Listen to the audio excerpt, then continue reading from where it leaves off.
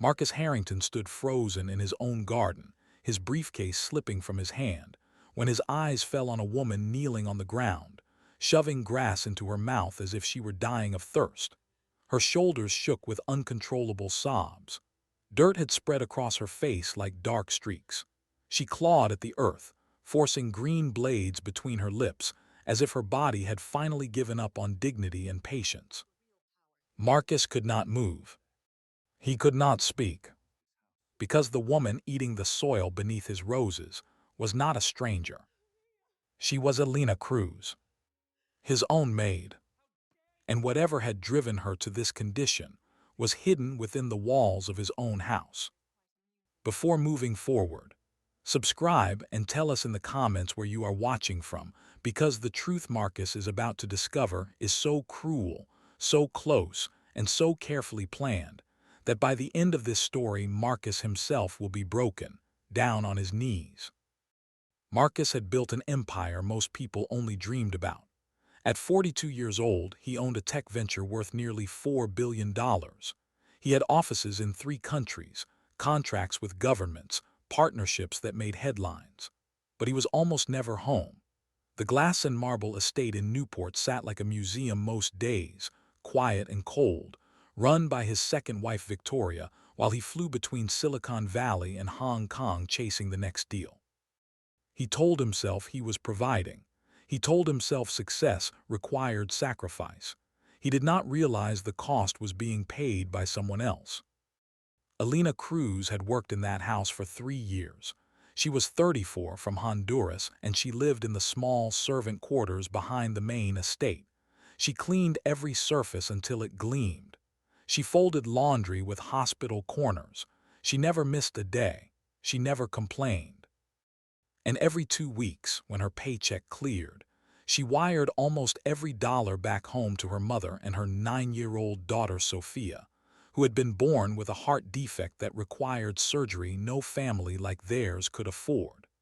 Elena lived on hope and fumes, working herself to exhaustion for a child she had not held in 2 years. But something dark had been growing in that house, something Marcus did not see because he was never there long enough to notice. His wife Victoria, a former fashion influencer who measured her worth in Instagram likes and marble countertops, had created her own kingdom inside the estate. And in her kingdom, the staff were not people. They were shadows. They existed to serve, to disappear, to ask for nothing. She had buried a clause deep in their employment contracts on page 47 that stripped them of the most basic human need. It read, "Household employees forfeit access to estate provisions. Meals are employee responsibility." She installed locks on every refrigerator. Cameras watched the kitchen. The pantry required a key code only she knew. Elena had not eaten in 4 days. Her last paycheck had been seized, Victoria claiming a vase had been broken during cleaning. The vase had never existed. The punishment was real. Elena's stomach had stopped growling. Now it just ached, hollow and cold, a constant weight pressing against her ribs. She had tried to ignore it. She had tried to push through. But that afternoon, dizzy and desperate, she stumbled into the garden and her knees buckled. The grass looked soft. It looked green. It looked like something. And so she ate it, weeping into the soil, praying no one would see her shame. But Marcus had come home early. A meeting in Boston had been canceled. He had walked into the garden to clear his head, and instead he found a nightmare unfolding in his own backyard. He stepped forward now, his voice cracking. "Elena, what are you doing?" She jerked her head up, eyes wide with terror, and scrambled backward like a wounded animal. Grass fell from her trembling hands. "Please," she whispered, her voice barely audible, "please do not fire me." He did not understand yet, but something deep in his chest told him the ground beneath his perfect life had just cracked wide open. Marcus moved toward her slowly, the way someone might approach a frightened child. His mind could not piece together what he was seeing. Elena was on her feet now, backing toward the stone pathway that led to the servant entrance, wiping her mouth with the back of her hand. Her uniform, always spotless, was stained with dirt and grass. Her face was pale, her lips cracked and dry. She looked like someone who had been lost in a desert, not someone who lived 20 feet from a kitchen stocked with enough food to feed a small village. "Alina, stop," Marcus said, his voice softer now. "I am not going to fire you, I just need to understand. Why were you eating grass? Are you sick? Did something happen?" She shook her head violently, her hands clutching the fabric of her apron like it was the only thing keeping her upright. "I cannot say, Mr. Harrington, please. I signed something, I see. And not talk about it." Marcus felt confusion twist into something sharper. "You signed what?" But before Alina could answer, a voice cut through the air like a blade. "Marcus, darling, you are home early." He turned.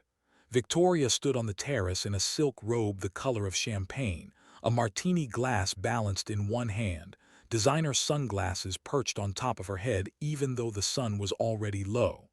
She looked at the scene before her with the kind of detached amusement someone might reserve for a soap opera.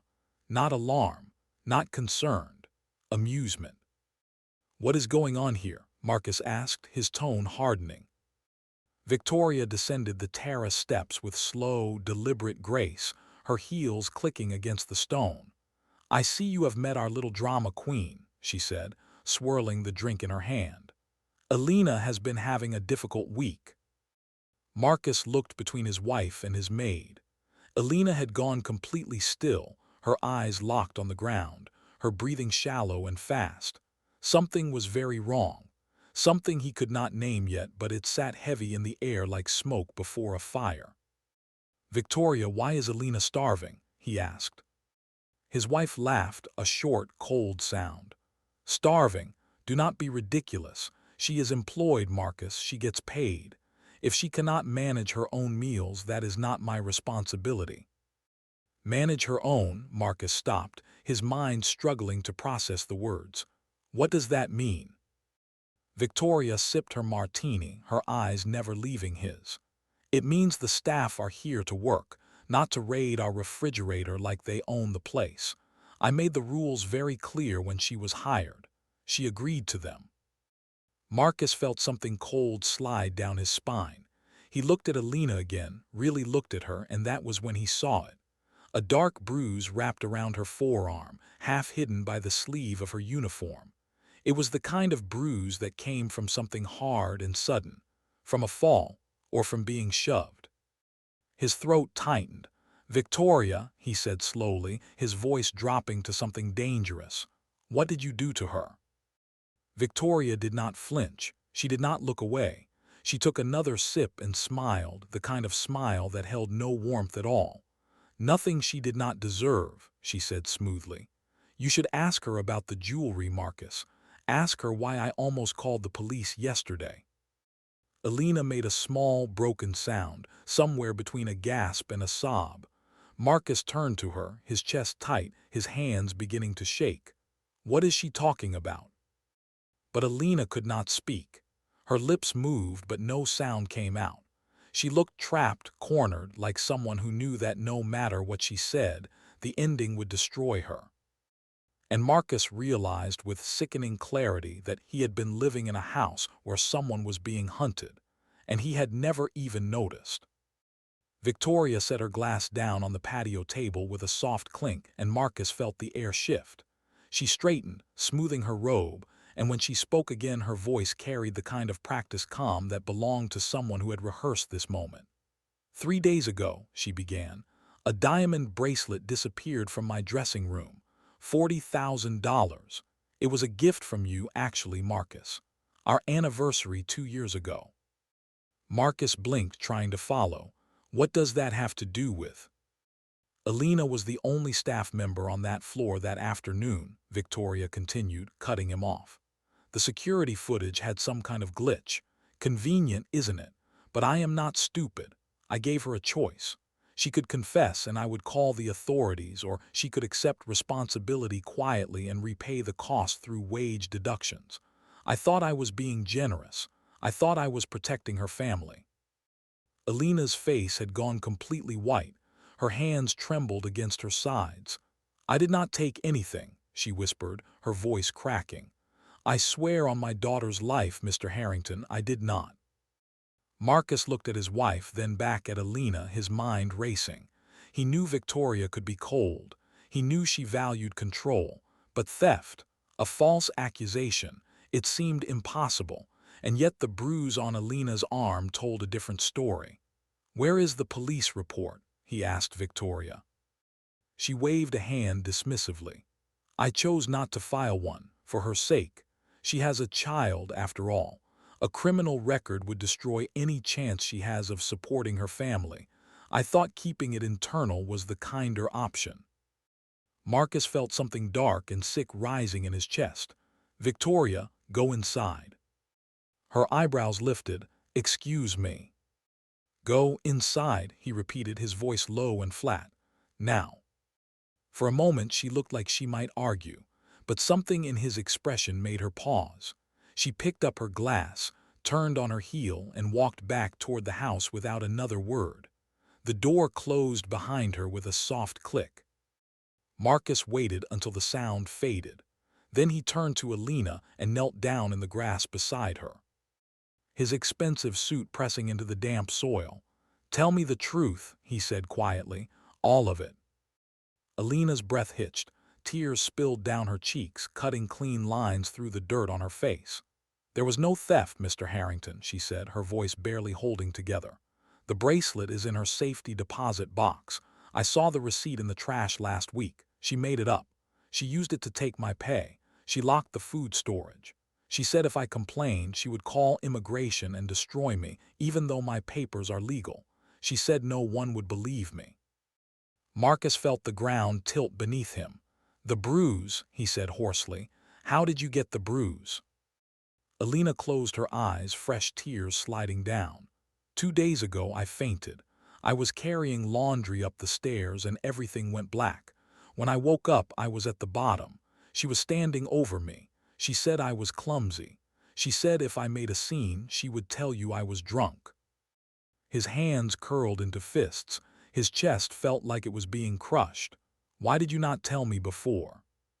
"Because I need this job," Alina said, her voice breaking completely now. "My daughter needs surgery. My mother is sick. If I lose this, they die. I thought I could survive it. I thought if I stayed quiet, if I worked harder, maybe she would stop." But she did not stop, and there was more. Alina reached into her apron with shaking hands and pulled out a folded photograph, creased and worn like she had been carrying it for weeks. "Mr. Harrington," she said softly, "there is something else, something you need to see." She handed it to him. Marcus unfolded the paper, and his entire world went silent. The photo showed Victoria sitting at an outdoor cafe, her hand intertwined with someone else's. Someone Marcus recognized immediately. Derek Ashford, his former best friend. The man who had stolen his company's AI code 2 years ago and nearly destroyed him. The man he thought Victoria hated as much as he did. His hands began to shake. "Where did you get this?" Alina's voice was so quiet Marcus almost did not hear her. "I found it in her office last month," she said. "I was cleaning her desk and it fell out of a drawer. There are more, Mr. Harrington. I took pictures. I did not know if I should tell you, but after everything she has done." She pulled out her phone with trembling fingers and handed it to him. Marcus scrolled through the screen, his heart pounding so hard it felt like it might crack his ribs. Text messages, bank transfers, meeting schedules, all dated over the past year. Some went back even further, long before Derek's betrayal, long before the lawsuit, long before Marcus lost $200 million and a friendship he thought was unbreakable. One message made his blood turn to ice. It was from Victoria to Derek, dated 3 months before the code theft. "He still has no idea. I will send you the access codes tonight. Stick to the timeline. We are almost free." Marcus stopped breathing, his vision blurred. The phone nearly slipped from his hands. "She was working with him," he whispered. "She gave him everything." Alina nodded, tears streaming down her face. "The messages talk about a plan, about waiting until the divorce, about splitting money. Mr. Harrington, I think she has been hiding money from you. I have seen wire transfers labeled as charity donations. Hundreds of thousands of dollars. They go to accounts I do not recognize. Marcus stood slowly, the phone still clutched in his hand, and for a moment he felt like he might collapse. His wife, the woman he had trusted, the woman he had married after his first marriage fell apart. She had not just betrayed him, she had orchestrated his destruction. She had handed his life's work to his enemy and smiled at him over dinner while she did it. He turned and walked toward the house, his legs moving on autopilot, his mind screaming.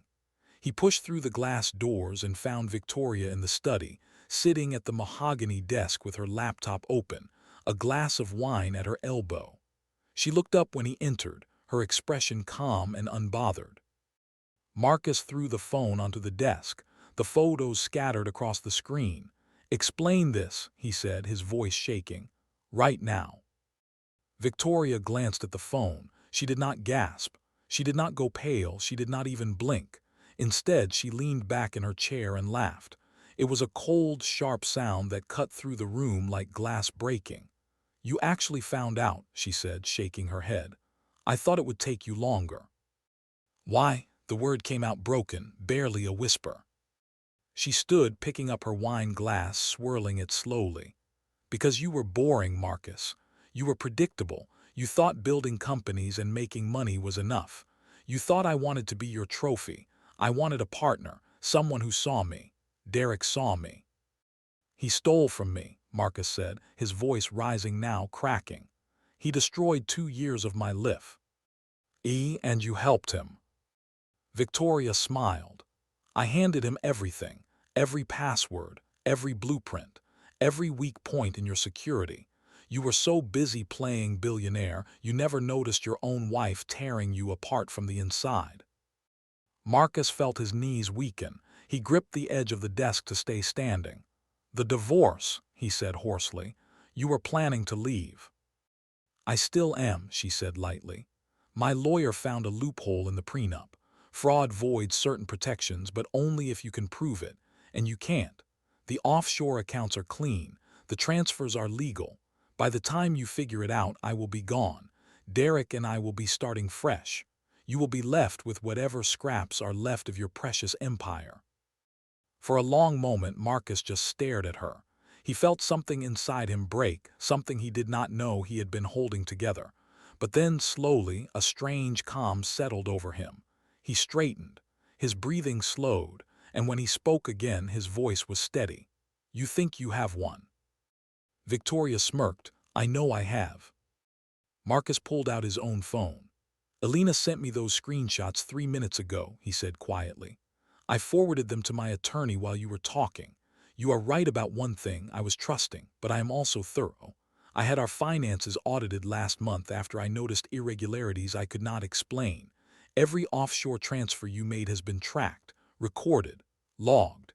Every single one violates the fraud clause in our prenup. You will not get half, Victoria. You will get nothing.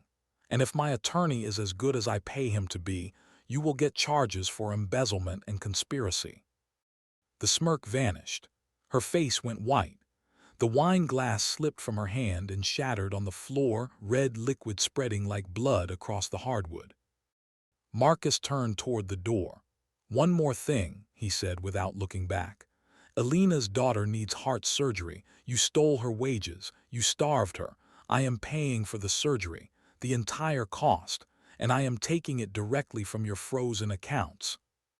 Victoria screamed, but Marcus was already walking away, his phone pressed to his ear, his attorney's voice crackling on the other end. Outside, Elena stood in the garden, her hands covering her face, sobbing so hard her entire body shook. But these tears were different. These were not despair. These were relief, raw and overwhelming, the kind that comes when a nightmare finally ends. But Marcus knew, deep in his chest, that the story was not over yet. The days that followed moved like a slow-motion collapse. Victoria was escorted from the estate by 2 attorneys and a police officer, her wrists empty of the jewelry she loved, her face twisted in fury and disbelief. Her accounts were frozen. Her passport was flagged. She screamed threats from the driveway, but no one was listening anymore.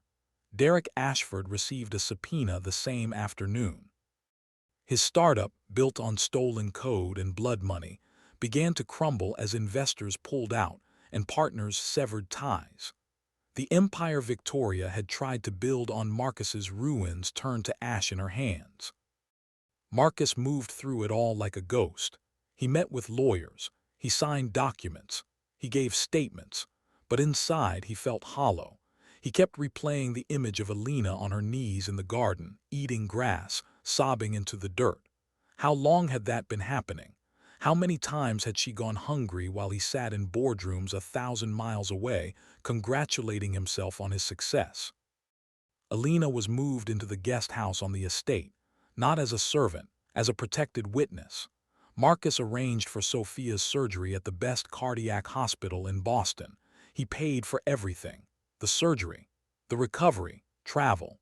He set up a trust fund to cover Sophia's future medical needs and her education. And one evening, as the sun set over the Newport coast, he walked to the guest house and knocked on the door.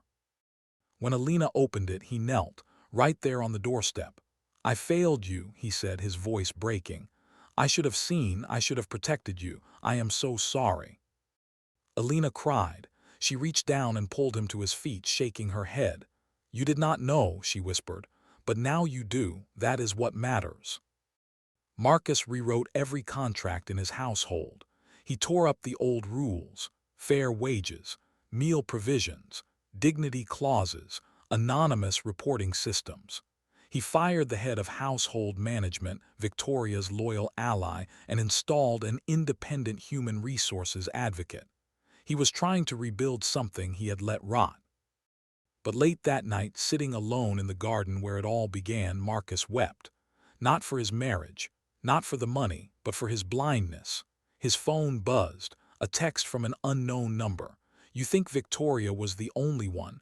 Check your bedroom closet, third shelf. You will understand everything." Marcus ran upstairs, his heart hammering in his chest, his hands unsteady. Die as he pushed open the bedroom door. The closet was exactly as he had left it: suits, shoes, boxes of things he had not touched in years. He pulled down the third shelf, shoving aside shoeboxes and old files, until his fingers brushed something small and leather. A journal. He opened it. Victoria's handwriting filled the pages, neat and deliberate. The first entry was dated 5 years ago, 1 month before their wedding. He read the words once, then again, then a third time because his mind could not accept what his eyes were seeing. Marry Marcus, gain access, bleed him dry, leave with Derek, freedom by 40. There were more entries, plans, timelines, calculations. She had mapped out his destruction before she ever said her vows. She had never loved him, not once, not even a little. It had always been a con. Marcus closed the journal. He did not cry this time. He did not scream. He just stood there holding the proof of his own foolishness and felt something strange settle over him. Peace. He was free now, free from lies, free from a love that had never existed. Weeks later, Sophia's surgery was a success. Alina and her daughter moved into a small house Marcus bought for them, the title in Alina's name. At the housewarming, Sophia handed him a crayon drawing: a man kneeling in a garden holding a woman's hand. Below, in shaky letters, "Heroes don't wear capes." Marcus smiled, but as he left, his phone buzzed. A text from Victoria's lawyer. "She's writing a book. Her side of the story. Hope you're ready for war." Marcus deleted the text. He had already won the only battle that mattered. If this story touched your heart, share it with someone who needs to hear it. Sometimes the cruelest betrayals teach us the most important truths.